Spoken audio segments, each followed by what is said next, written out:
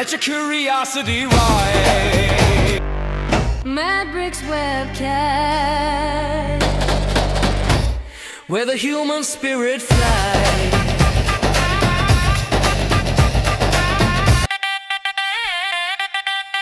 Mad Bricks Webcast,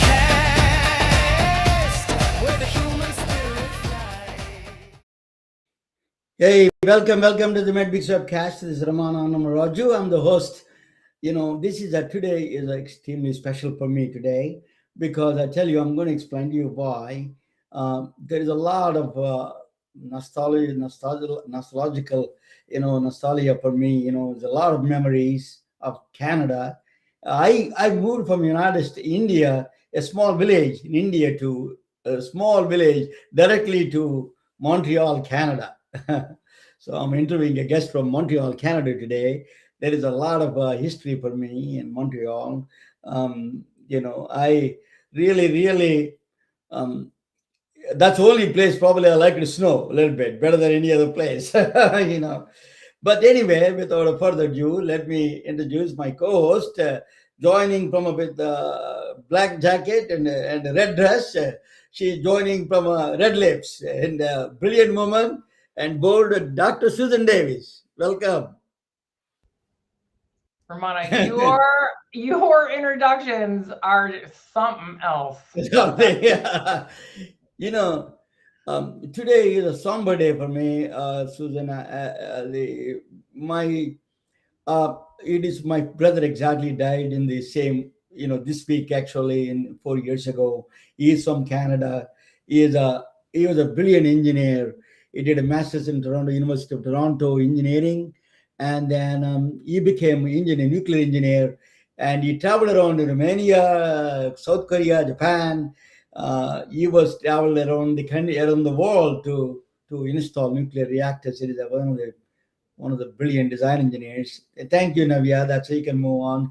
But he brought a radio. I put an article there, and he made a small radio when I was a small village. Our village has no running water, no electricity, and then at the time my brother came down to brought a shoebox radio. He made it. Everybody was surprised. We are in India is a 50 years behind the rest of the world at the time. Our village is another 50 years behind. you know. So we are like 100 years behind in the world up there. So that my brother was a rare gem, a brilliant engineer. His kids are all over the world, and now they're all here. And he has two daughters and one son. They're all in technology, here in Silicon Valley and Seattle, Microsoft, and all those places. But my brother was indelible mark on me. He was when he was visiting every summer. I get emotional because every summer he comes and teach me mathematics, and he was very kind and a gentleman. He's my father's quality he has. He was a teacher, extraordinary teacher, and he was patient. He never criticized. He wants to teach something, and always he was a brilliant engineer. Um, so he passed away on bacterial meningitis. He visited some temple, and he was retired in India, and then he was still working in the last minute at the nuclear reactor in Tokamak, Quebec. And then he retired, moved to India, and then passed away there. It's 4 years ago. But he is our family's like a father after father for us. But anyway, thank you for joining. But I went to Concordia, where the school, same school as Amanda Spilkin. She's our guest today. She's joining from Montreal, Canada. Let me introduce her. Let me talk about the little introduction about her. Today on MedBix webcast, we welcome Amanda Spilkin from Concordia University in Montreal, Canada, where is my alma mater is. Amanda is a PhD candidate in mechanical engineering, working in the intersection of aerospace, robotics, and healthcare innovation. Her research focused on autonomous ultrasound imaging for remote, rural, and even space environments. I used to do a lot of remote ultrasound machine. I used to do rural ultrasound services. She previously worked on the mixed reality surgical systems and medical device design. Amanda also brings experience from Pratt & Whitney aerospace engineering and space health research Today, we explore the future of intelligent imaging systems, rural healthcare access, and how machine learning may transform medical diagnostics worldwide. Welcome, Amanda Spilkin. For having me. Thank you. Yeah, welcome to the Medmix webcast. You're truly the honor to have you with your such a wonderful background. You're from my school, Concordia. Tell us, if I miss you anything about Concordia, let me know your background. If I miss anything, just you can give us a little bit rundown on your background a little bit more. Yeah. So, anyways, thank you for having me. It's really a pleasure. And you mentioned nostalgia, so I'm happy to share this moment with you as well. So I'll give you a little bit of walkthrough through, I guess, my career path and what led me to being here today. So from childhood, I was always interested in many, many different things. The two things that really stood out to me was the human brain and health. And then I liked anything that had to do with space and aviation. So throughout my life, I felt like I had multiple different callings, but in the end, it really converged to these two things. And I think I'm really fortunate to be here. I started off at Concordia in actually a bachelor's of psychology, focusing on neuroscience. I was really, really interested in the brain. Throughout my time in that department, I actually started doing research on the brain, took a lot of courses on pharmacology. And at the end, I realized I actually really want to go into physics because this is how I'm going to understand really the fundamentals of everything, how medical imaging works, and I'll be able to branch out into different things. So I ended up going to do a second bachelor at Concordia. I focused on biophysics. I ended up working in brain imaging, so functional near-infrared spectroscopy, MRI, did a master's in brain imaging as well. And then after that, I started working at Zimmer Biomet. I was working on mixed reality. I applied for orthopedic surgery.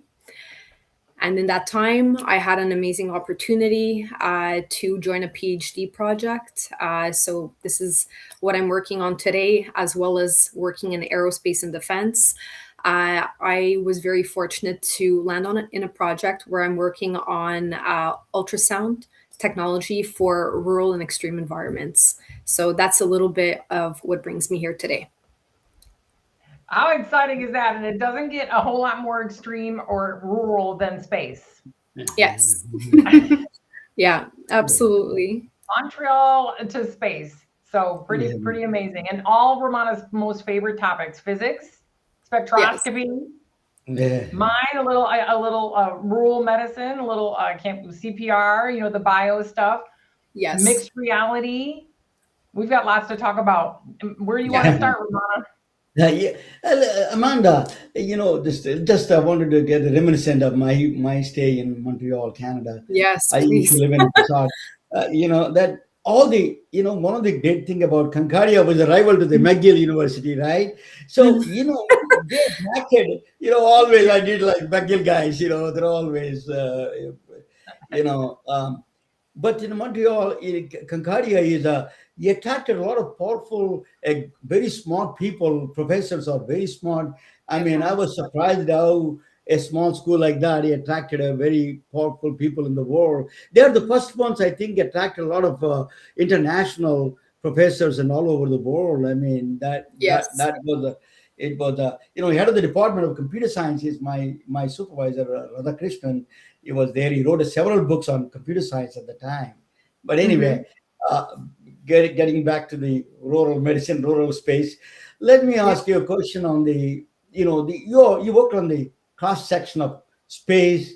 There's all those things. I interviewed actually two people. Shauna Pandya was an astronaut from Canada. She is extreme medicine, they call. And then, wife of Jeremy Hansen, Catherine Hansen, was on my podcast. Yeah. Space is the ultimate test for medical remote, as you can get. Yes. What did you learn in space? How do you, I'm always wondered, I asked Dr. Sanjay Gupta from Atlanta. I used to live in Atlanta. How did they do surgeries if there is appendectomy or something in space? How do they know ultrasound? That's the questions I had. So you Yeah. may be the best person to answer all these questions. So go Yeah. ahead and It's a big jump from a appendix to what were the two examples Yeah. you gave? That An appendix there's a and an wide range, so ultrasound. kind of I think I'll focus back in on medical imaging because that's where my expertise are. And also I want to note that I am not a physician, so I am a physicist and practicing to be an engineer as well. So the I guess where I can go back to in my entire career is when I was in my master's, I founded the Space Health Division at Concordia University. It's part of Space Concordia. It's a larger organization that does research on robotics, rocketry. Space Health is like the newest edition. But so if I look at my time, developing projects while I was there, what we found as kind of like the nucleus of space health is really on ensuring that astronauts can do the work that they are assigned to do, their missions, right? And during that time, microgravity takes its course. So the body, no matter what, we are changing all the time, whether we're on Earth, but even more so in microgravity, because this is simply an environment where the human body, evolves differently over time. So what we really focused on in the Space Health Division was really looking at, number one, certain contributors to changes in the immune response. Number two, we were looking at also changes in cardiovascular system. And as another layer, we were looking at certain methods that can be used in case any accidents happen. So we were looking at methods for CPR as well. So in terms of, why are all these different avenues of research important for maintaining astronaut health and ensuring their security?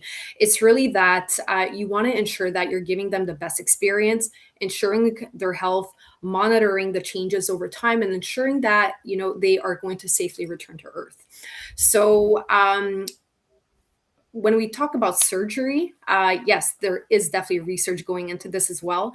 But first of all, it's not my area of research, but the current investigations taking place, we're looking at first covering the basis of how we can ensure that proper monitoring is done to avoid having to do such extreme interventions.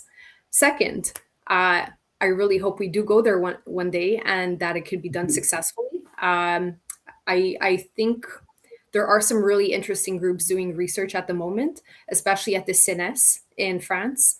But I think that's for another conversation. So.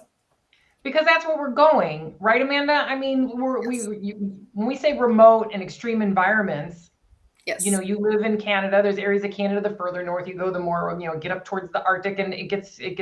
But when you're going into space, yes, we're all trying to get to space. I mean, Canada's in the news for their new space station. I'm making that word up because I'm very new to this. But because that's where we're going, right? We're working in space. We're doing more research in space. They're looking at living in space. So you and your teams are very cutting edge with this research. So opening a cavity to me sounds like, oh my gosh, how? Like you said, that's pretty crazy, it seems right now, but it will happen. So for right now, we're on our way. right? Yeah. But you're working with robotics. So I love watching your career, reading about your career, starting in your master's work, and then into your PhD work, and now in your job, pulling that all together, robotics, mixed reality, ultrasound and imaging. So give us an example of something that your research with all, I think it all is combining. It's brilliantly combined. It's crazy how the world works. It's really converging. Yeah. So the thing that's really interesting, because it's kind of in development right now, is so my colleague and I, we started the Healthcare for Extreme and Rural Environments Research Hub right now. And this came around 3 years into our PhD. We started looking at, what is it that there's a lot of research in AI. There's a lot of research in ultrasound, right? And there's a lot of groups also that are putting the two together. What is going to make this different in terms of like deploying it on the field? What do we really want to help people with, right? So number one, accessibility to healthcare. You know, if you live in any cosmopolitan city, uh, going for a cardiac ultrasound, it's quite a standard procedure. You can walk into any emergency room and you can find a doctor that is going to be able to perform at least the basic cardiac POCUS protocol. What do we need to look at more, right? So what are the things that the human population, the rural population suffers from most, right? So we know, looking at Canada, we have around 20% of our population that is living in an area considered to be rural. Okay. We know that only 8% of doctors are able to serve these communities. And out of that 8%, how many physicians would actually be able to conduct cardiac POCUS, right? So we have to start looking at not necessarily looking to place more doctors in these areas, because the needs for these populations can be very widespread. So what can we do in order to empower these populations to have access to that kind of monitoring? So this is where we draw the parallel between rural communities and space. So we want to be able to place the solutions in the end user's hands. So that's really where we see the parallel between those that live in rural communities that could learn to perform their own ultrasound by having constant guidance, and then astronauts who also have very varying profiles. They're not all physicians, right? But they all have the ability to learn, and they all have the ability to have an interface that can guide them for this type of I guess I could call it a monitoring session, right? So our development really started off with our robotic platform, where we were learning how to do, using the robotic arm, we were doing telerobotic ultrasound. So we would set up a station that would be near the robotic arm. We were working with the GE robot. It's fairly large. It can cover the entire torso. But we were working first, due to safety reasons, we were working with a phantom, a cardiac phantom. So here, what we managed to accomplish was the training a model for classification of different cardiac views that can recognize all the views that are necessary for cardiac POCUS. So this was step number one. Step number two, we've moved on to humans. So we have 3 different databases, one that we're creating internally, and we're identifying the different cardiac views, cardiac structures in each view, and we want to empower really creating a system and empower the end user to be able to recreate this manual cardiac ultrasound scan in order to be able to record and register every single cardiac POCUS view, and then later on be able to send their scan to a doctor. So instead of being in a hospital, right? I have to ask, I'm sorry, Ramona, really quickly. Yes. First thing that always comes to mind when I see the robot and getting great views, what happens Yes. if the view isn't as well as you need and you would love to have some contrast media to get that image just the way the physician wants it? Have you started, because I know you have CPR in your history here, so here you see where I'm going. The rise of contrast, the rise of ultrasound is going up. Therefore, so is the contrast media usage. Therefore, so is anaphylaxis to arrest, 5 minutes or less, often from contrast media injection. So do you envision, you and your team, another robot putting in an IV? Like, how are we going to get the contrast media in them? So okay, I do see where you're going. So in terms of anything that's invasive, no. So this is, I would say that's more interventional, right? In terms of where we'd like to go, because we're drawing the parallel also, do we use, Do we use robotic arm for rural areas? How difficult is that to get that out there, right? You need maintenance, right? You need a team that's really overseeing it. In terms of manual ultrasound, this is quite different, right? We have, with different AI models, we have the ability to create models trained on super resolution. So basically, tweaking the intensities, the gains, adding noise, reducing noise, adding artifacts, reducing artifacts, removing artifacts. These are all different methods used in AI in order to, let's say, extend data set.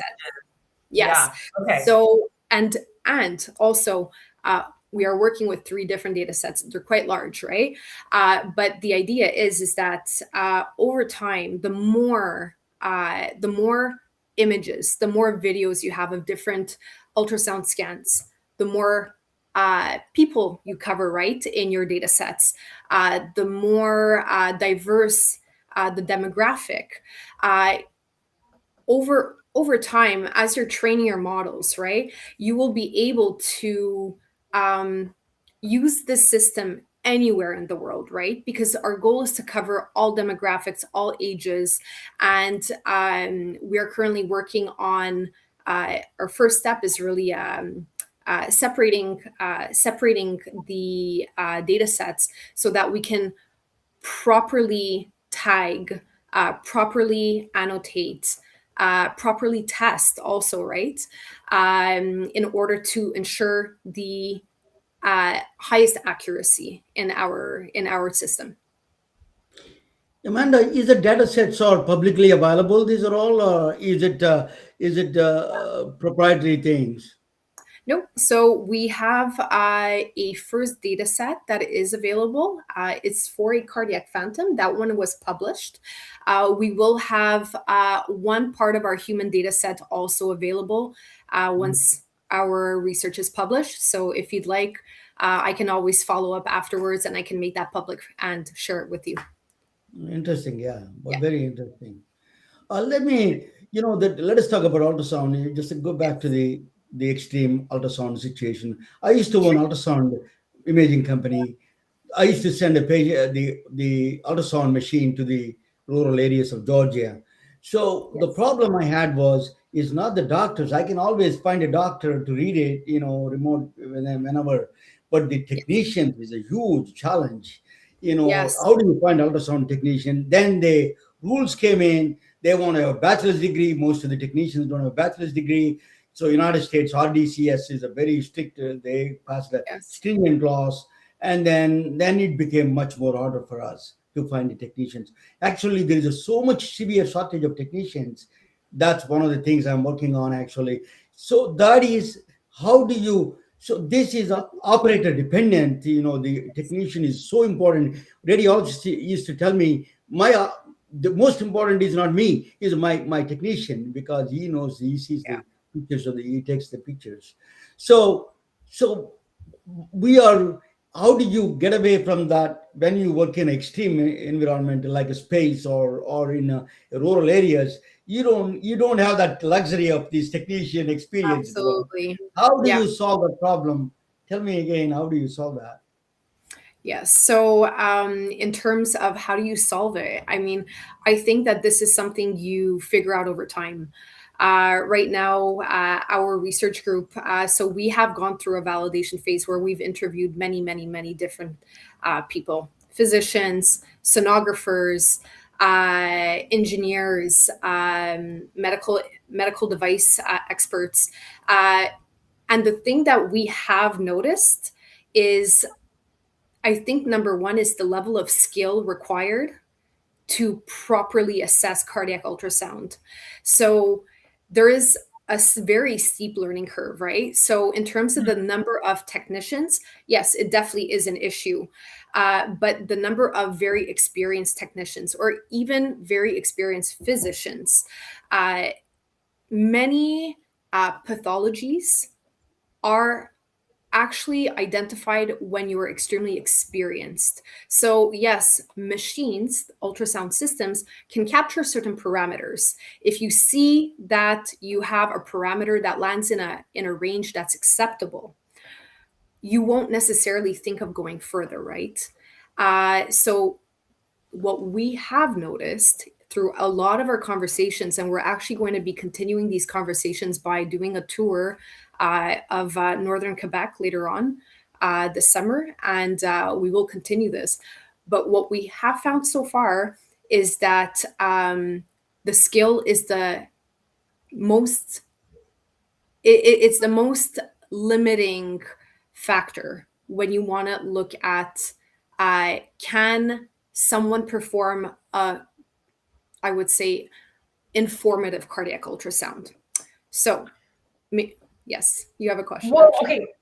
Yeah. Well, it's making me think. So the goal would be to identify the patient in the first place. I mean, to have advanced diagnostics, we don't want them to have to travel every single Yes. time.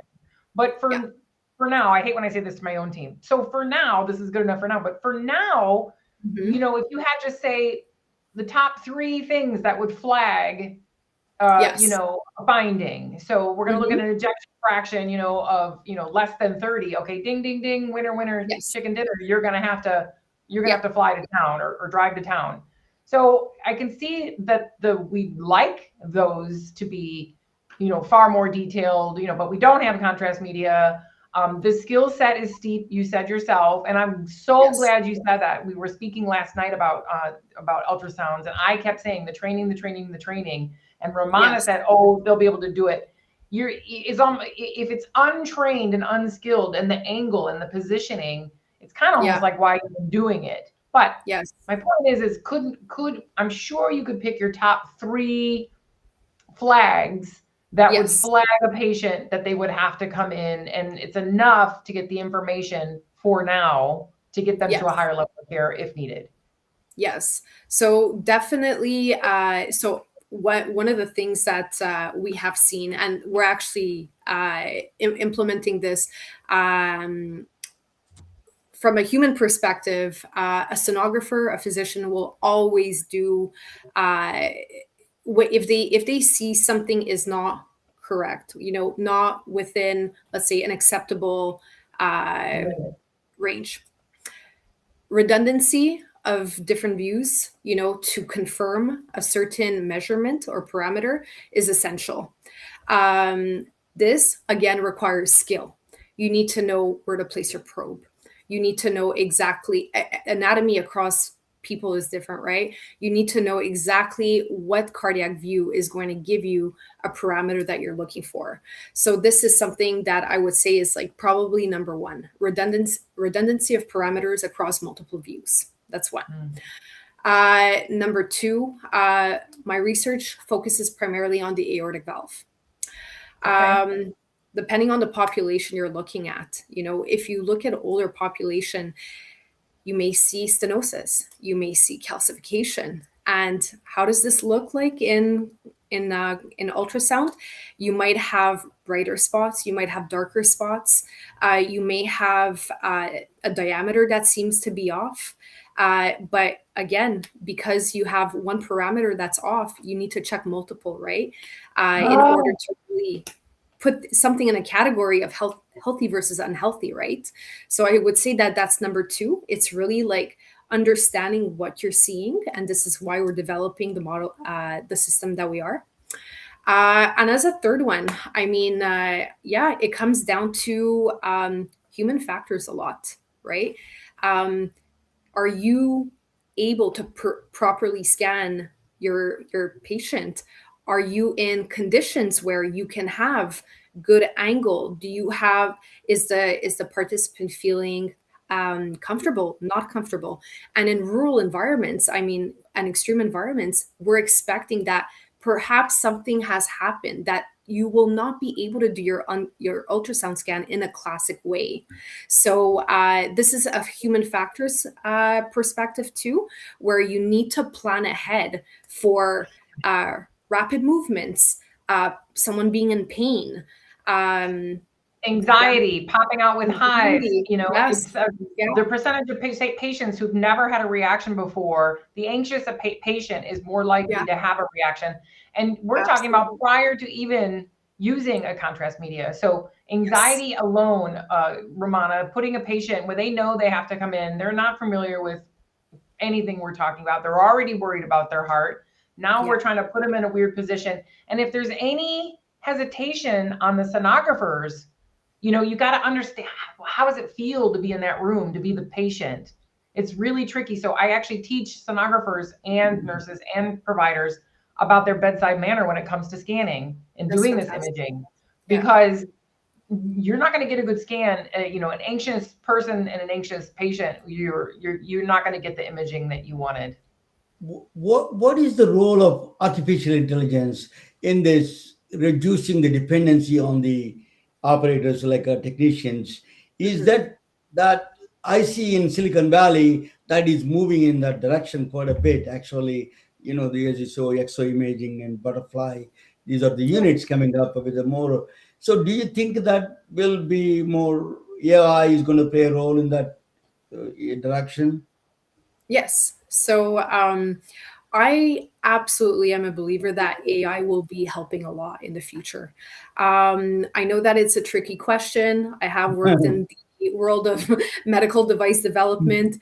In Canada, I'm not sure if in the States it's different, but if I look at standards and regulations, these are all recent things when it comes to AI in medical devices that are commercially available. But I am a believer that eventually AI will be implemented in probably, I would say, almost a majority of devices, because if we look at the amount of information that's available to us, obviously some of it is privately owned, but there are many, many groups that are making it publicly available, and it is incredible the amount of advancement that we've seen in recent years when it comes to medical imaging. I think what I would like to mention also is, if we look at this issue of the learning curve, machine learning and AI will play a huge role in the training of sonographers and physicians. So I don't want to say that it's going to be. Amanda, who's training the agents? Who's training the agents? Who's watching the agents? Well, actually, even on The our team, AI watching the AI, Amanda? the sonographers and physicians are the ones actually validating the work that many people put into annotating the data sets, right? So it's a full circle. I don't want to say it's ever going to replace doctors, though, because I do think that that's fundamentally, there's going to be a second layer of having to confirm a diagnosis. Eyes on the prize, for sure. Eyes on the prize. And I think it's great. I think it's wonderful. Yeah. Someone's got to watch who's getting watched. I mean, because it happens every day. We were talking about it even again just last night, but the volume that the physicians and the sonographers are having to look when the AI can churn and churn and churn. So, know what? I can't imagine, and we've had guests on here that work in compliance. I mean, so the layers of compliance and the policies that need to be written throughout the compliance process need to be rewritten about every 5 seconds. It is complex. It is so complex, and I'm trying to keep track of it because it's our work, but it is changing so rapidly. Sure. Yeah. Quebec kids itself is an extreme environment. In northern Quebec, if you go a little bit further, you don't have to go to space. I went to see my friends in Regina, Saskatchewan. Oh my God, there's a ice tundra up there. So you see extreme. I'm not saying anything bad about it, but that's a different world. Let me ask you a question on the ultrasound aortic valve situation. Why you're focusing on aortic valve, not mitral valve, perhaps mitral valve or any other valves? What is special about it? Yeah.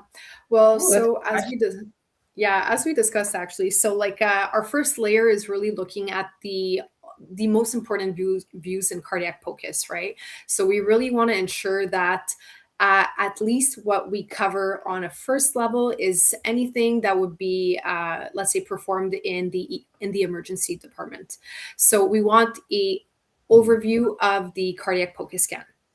Now, really to dig in deeper, the aortic valve is quite complex, and it's responsible really for, a huge portion of how our body functions, really, So it's actually, there's two sides. There's two levels to why we are focusing on the aortic valve. So the first one is that when you have a bicuspid aortic valve, it is considered a congenital heart disease, and someone can live with a bicuspid aortic valve for almost their entire life and sometimes never even know about it. However, once let's say as your heart starts deteriorating, your health deteriorates quite rapidly. So we focus in on the aortic valve really to look at if we can, as a first step towards assessment, can we assess that the aortic valve is properly structured? So anatomy is important. So we look at does the heart have three commissures? Does the aortic valve have three commissures, three raphe, three leaflets? Structurally, if we see this, okay, we can go on to the next step. Next thing is we are looking at, as we're looking at an older population, you may see other things that could be spotted in ultrasound imaging, which is the differences in intensities that could be due to calcification. So as someone gets older, it could be more common that someone's heart becomes more rigid. Could it be stenosis? Could it be calcification? When we're looking at these images, do we see any parameters, that are quickly identifiable, right? Do we have anything that we pick up in the images through intensity, through let's say when we're looking at a video and we see the motion of the heart, is there anything that stands out in particular in order to assess rigidity? So stenosis, calcification, do we have movement as expected, let's say? So these are, I would say, the main two reasons we're focusing on the aortic valve. Brilliant. Yeah. Amanda, throughout all of your, I'm sorry, Romana, you got something on the top of your tongue? Because my brain's going to Amanda's work or possibly with defense. How is your work with ultrasound and imaging? What's the crossover into defense, the world of defense? Yes. So I do have future plans that I would love to pursue. So I do see myself continuing into, progressively into space health, medical technologies for astronauts.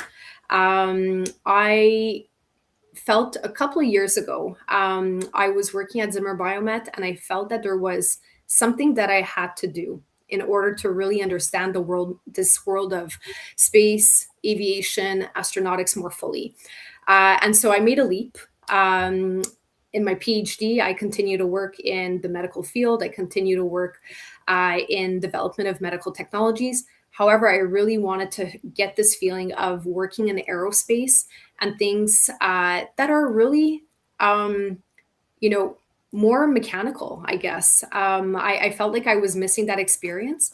I took a leap. I went to go work in maintenance, repair, and overhaul at Pratt & Whitney, where I needed to learn the A to Z of airplane engines. So basically anything from like Cessnas to turbofans, so I learned an array of information, anything from cleaning, inspection, repair, materials engineering. I learned so much during this time. So I felt like I really got some experience that I was missing in, just understanding this other part of engineering.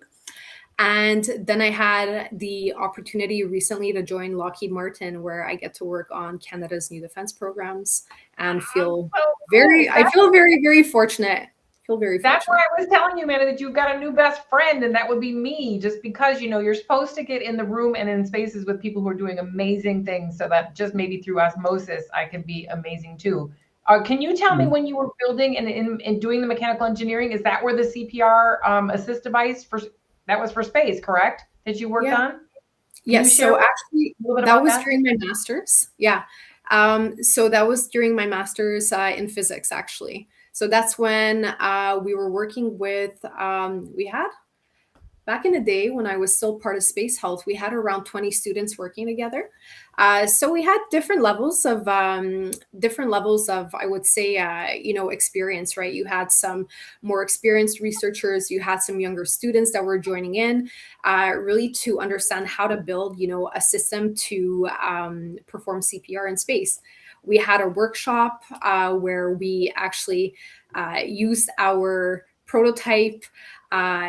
Lie down horizontally, tried to figure out ways to do CPR with this prototype, with basically not having your chest against something, right? So it's like you can push someone away if you just push on their Straight chest. away, keep going. Yeah, so it was really interesting. We learned a couple of different techniques. We did some testing.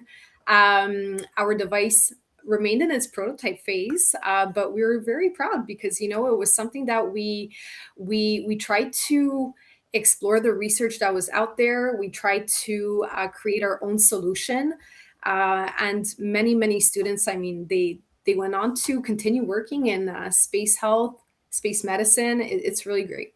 Very exciting. Amanda, you're the future of the physics. When I came to Silicon Valley, Yeah. the physics is like doctors and medicine is physics is like a far from is like a Sanskrit or a different language and Polish language. Maybe. So, The poetry yeah, wisely chose. it is a very important. Actually, more you understand healthcare, more the Mhm. physics plays such an important role, not only in the engineering side of it, and then also the system side of it, system health side of it. Yeah. It plays a critical role in the physics now, because that American healthcare system is a broken healthcare system, is a chaos beyond repair in my Mhm. view. So this is where physics plays a role. In physics has a very important role it plays. So I wanted to present a topic on it a little bit. It may be interest to you because that is something that yeah, Navia, can you put that? That is actually something connection with the Concordia also a little bit. Let me let me introduce you. This is I always think, Amanda, you can comment anything anytime. You can Sure. make a comment. It's just a very short presentation. So this is the I wrote a book actually during the COVID. Is a Science is not a subject, science must be a lifestyle. In that book is a I'm not talking about mathematics. It's a mathematics of how that hidden life secrets hidden in the mathematics. That's what the biology and frequencies. The Susan talks about frequencies all the times. I'm going to talk about 100 years ago. A man from India changed the world of mathematics forever. I'm going to tell you about that in a minute. His name is his name is Srinivasa Ramanujan. Srinivasa Ramanujan was born in a temple town in Tamil Nadu, India. It is a temple town. It's all the temples around there. He was born in 1887. And he was born into the you know very at that time the house has no electricity, no running water. He was born in a relatively poor family, not extreme poor, but is a Brahmin, and he was learning all the Vedas and all those things. He was very influenced by Hindu gods and all those things at that time. So he was brilliant, brilliant in mathematics. He learned. He was number. He loved numbers. He not only he was see the numbers, but he lived in the numbers. He brought the life back from numbers. Number theory is one of the, one of the strangest thing. Ramanujan summation is, if you add all the integers, is a one, minus 1 over 12. Is a very strange mathematics. He bought it. So he threw out so many equations, and he's sending all his equations to different people. And then he sent one of those letters to Hardy, G.H. Hardy, his supervisor in England. His name is G.H. Hardy. He's a very well-known mathematician from Trinity College, from London. He sent Ramanujan sent a letter to him, and then he was stunned to see that equations that even beyond his understanding of these equations, he cannot be fraud. This guy has to be real. So he invited him to England. He doesn't have a degree. He has no formal education. He's just reading from his backyard and doing in the living room all his mathematics. So he moved to England in 1914. From through ship. In fact, Ramanujan went to England, and so then all of the professors in mathematics department. That is where Trinity College, where the Newton was a professor in 200 years before that, is that Newton was a professor in the Trinity College, Sir Isaac Newton. So they asked him, the questions are very similar. J.H. Hardy and all these people are surprised how he arrived at these equations, which is our mystery. What he said that is in the dreams, that a God is coming and giving him all these equations.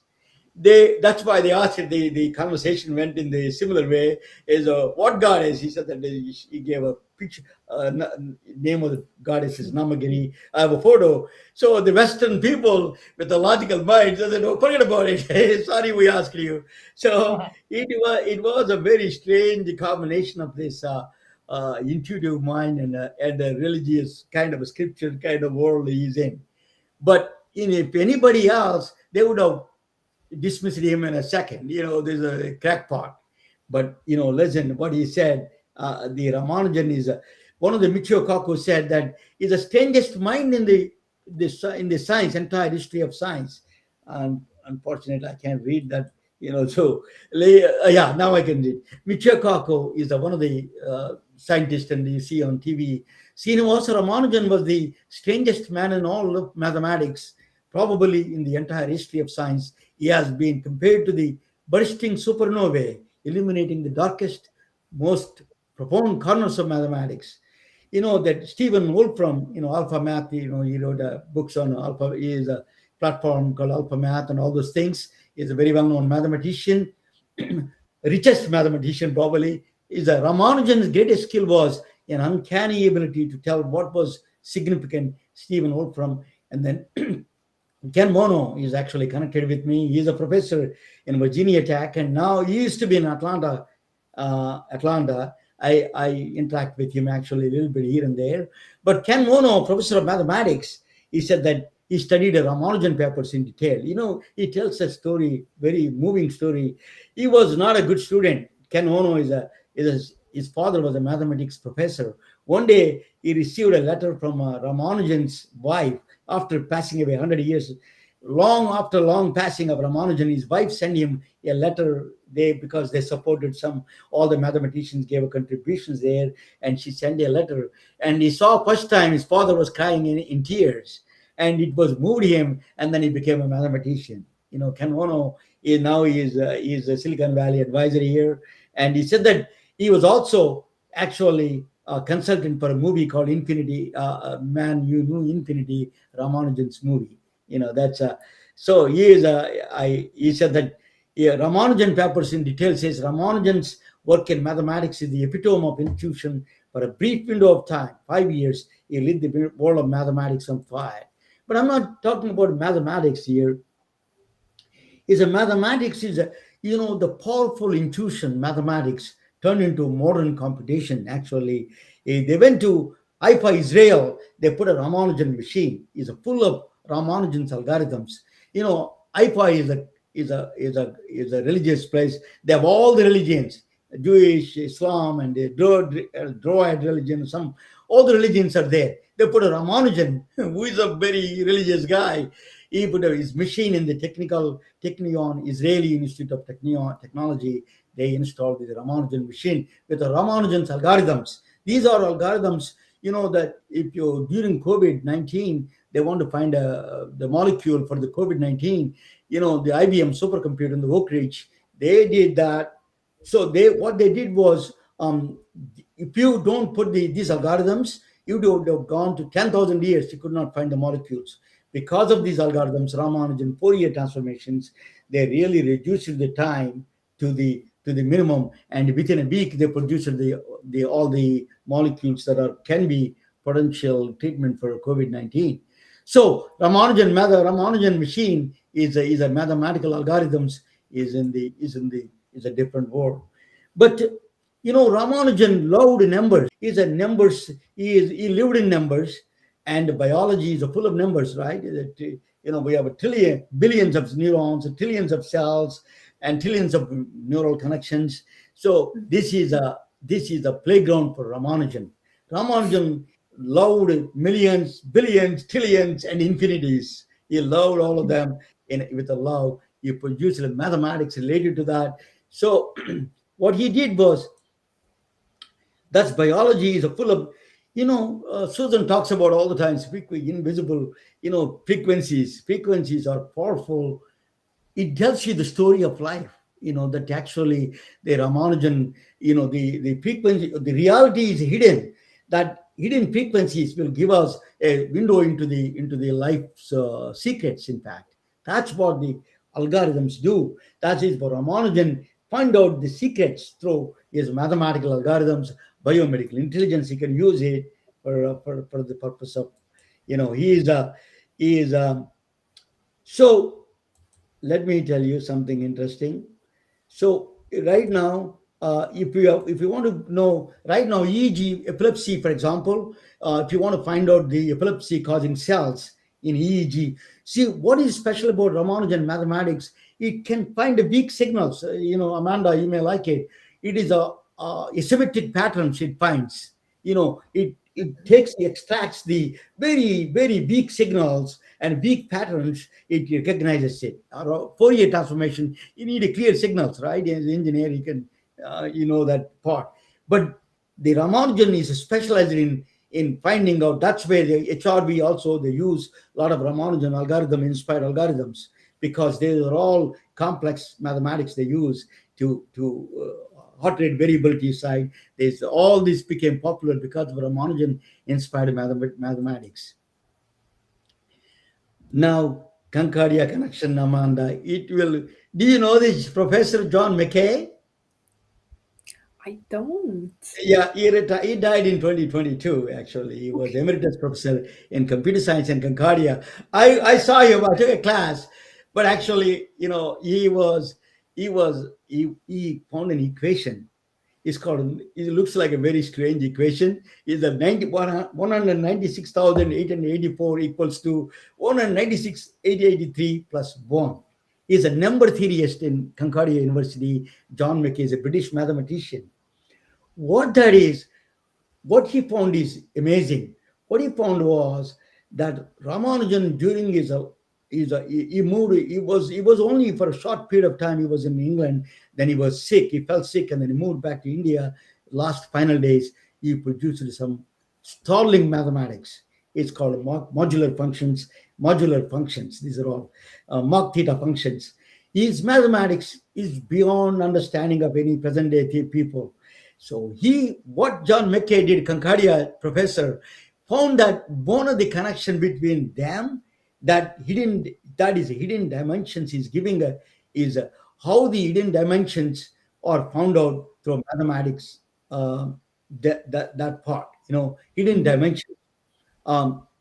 So what John McKay was found out is that what is the hidden dimensions? I tell you best example of Indian Hindu story there. There is a Bhagavad Gita, Hindus play, Bhagavad Gita, Ramanujan's favorite ones. Bhagavad Gita is Hindu, the dogmatic kind of a epic book. In that book, the Lord Krishna was a god. He shows the transcendental form to his disciple Krishna, Arjuna is a disciple during the war. But he wants to show multi-dimensional form of him to his disciple. But he says that you cannot see me. I'm going to give you a special divine sight to you, so you can see all my entire universe. What is the entire universe of 11 dimensions? I'm everywhere, omnipresent, omnipotent, omniscient. I'm everywhere, all the places, all the times. That is the one, that mathematic, that is the transcendental form of Krishna. So Mhm. that hidden dimensions you cannot see unless you have a divine sight.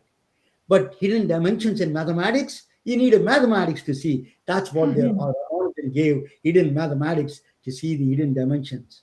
Mhm. So that's what John Mackay found out, the connection between the physics and the hidden dimensions of the physics. String theory was evolved from there. That John Mackay, from professor from Concordia, found out that connection. He published a paper. He became very famous, actually, that Ramanujan's modular functions, connection between the modular function of Ramanujan and him. It is a when I was doing that, I was so surprised. Concordia was involved in that fun. So, what is Amanda? You were talking about data set, data. If you use it really, this is I have a problem with it, to be honest with you. Because in Silicon Valley, these people, $500 billion, $1 trillion, they want to spend on data centers. Is if you don't understand the nature, you need a brute force mechanisms, or if you don't have intelligence. I think intelligent things, you don't need that kind of a data requirement. You teach intelligence, that is enough for really find out. If you understand the nature's code, you can understand a lot of these things. That's what you need to teach, understanding the nature. That is what Ramanujan mathematics gives into preview to that intelligence, through mathematics, the formalism. Mhm. So so that is his theory. He died in 19. He died a long time ago, 1920. He died, but let me tell you, his mathematics just lit the fire in him. A lot of people working on his mathematics. Black holes, for example, the entropy of a black hole is based on Ramanujan mathematics.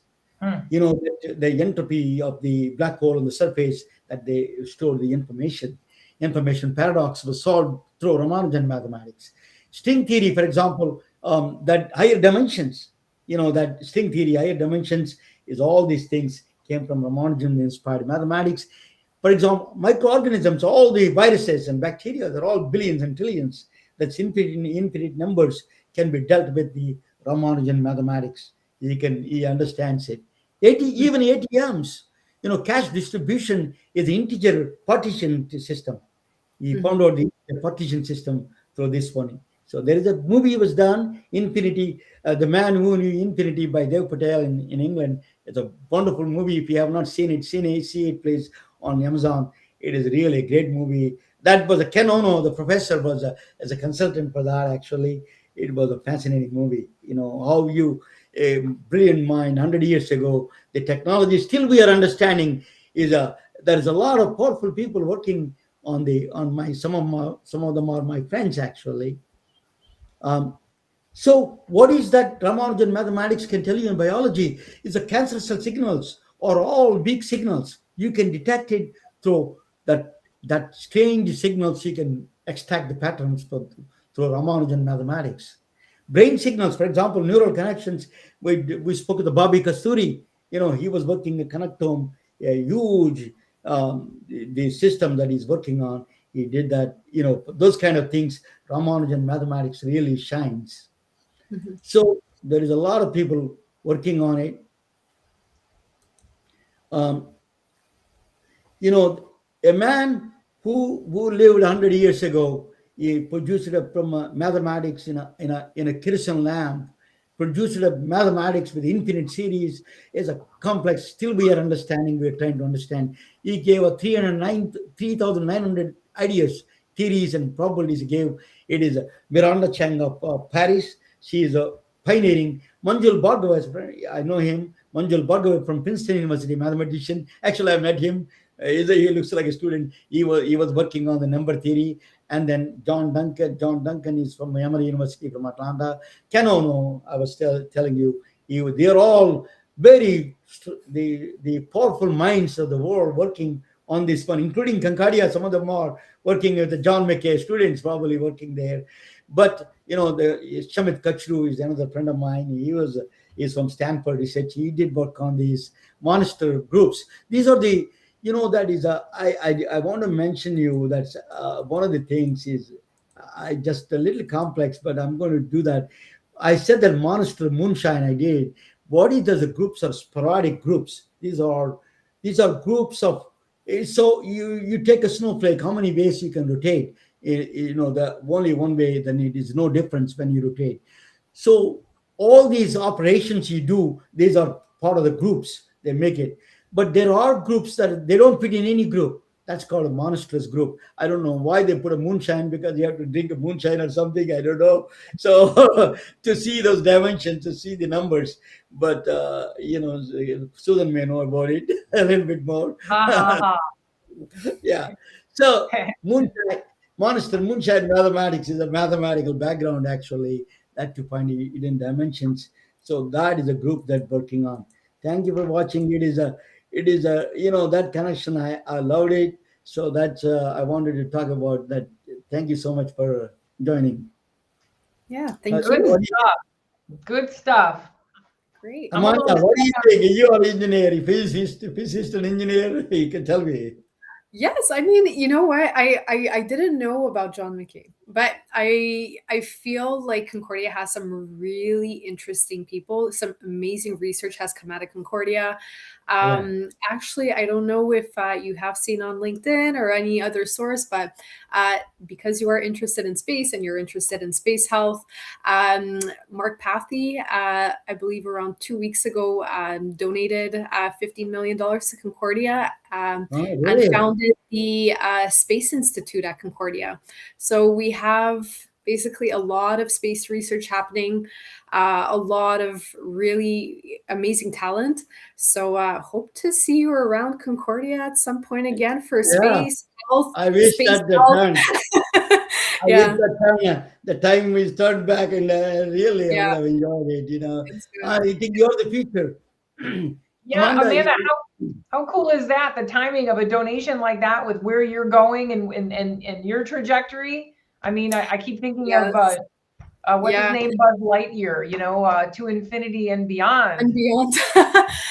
I have to give credit to all the students that came, and built Space Concordia yeah. like up to now. I have to say, like, I mean, there's been amazing progress and projects, originating from Space Concordia. Like, I believe the Space Concordia was founded around 12 years ago. It started off with spacecraft, I believe, and I have to say, it's really due to the momentum and the amazing work done by the students and the support from the university so far that really has come to this point that, like, we have this amazing investment that came in. And I have to say, everyone's really excited because it really is going to change the path for future students, right? So it's been great. Yeah. Very Amanda, exciting. We're gonna have yeah. to see, Romana. We're gonna give you a year max to be back and tell us how amazing. We'll probably be hanging out on Mars with you or something a year from now. Probably should be astronaut. I think you're going to be astronaut. That start pumping up your body. Yeah, Astronaut the first contributions, absolutely, I would like them to be in the domain of space health and supporting the astronauts, but I wouldn't write that idea off. So Love yeah. it. Woo! That's Yeah, exciting. So congratulations. You're the right person yeah, for that. thank you. What is your what do you want to achieve this is through our Concordia research, and then particularly rural health and extreme health. What do you want to achieve the future you want to see? Yeah. I mean, I'm seeing a lot of different ways that I can contribute. I mean, I'm working in defense right now. I'm starting to understand a little bit the framework of how everything works, how to build these larger scalable systems. I would really like to see this solution, the ultrasound for rural and extreme environments. I would love to see this solution deployed long term, to rural environments, remote communities. I would love to see it reach space one day. Commercial space flight is becoming more and more common. We will see, more, everyday type of people going up to space. And I would love for people to be able to use this and rely on this cardiovascular monitoring device at some point. So we'll see. And long term, who knows? I think there's going to be many, many people flying to space. Yeah. Very exciting. Yeah. It is truly, you're younger than me, but younger than both of us, but truly an honor and privilege to have you. Really, you are the future of this. I get excited to see people like you because that physics is coming to the central stage. I want them to physics to be in the center stage. I think we can solve a lot of problems. Physicists have a natural ability to solve the bigger problems, and you are one of the future examples of that. And I think rural health is going to be dramatically changing. Ultrasound is, when I say ultrasound and X-ray are the two eyes of a doctor. So that is the extended vision of the doctor. This is going to. Thank you so much, Amanda. It is totally an honor and privilege to have you. Thank you. Fantastic learning, Amanda. Thank you so very much. We really do look forward to hearing from you again. I cannot wait to see where you go from here. Yes. And all your colleagues. We are retelling their stories through our patented designs that can be worn on scrubs, t-shirts, printed on conference bags, and endless other promotional materials.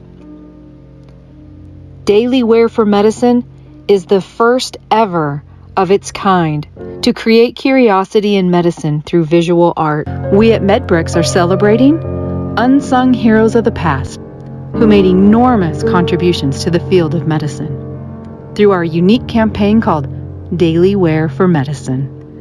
You can wear it, carry it, and give it.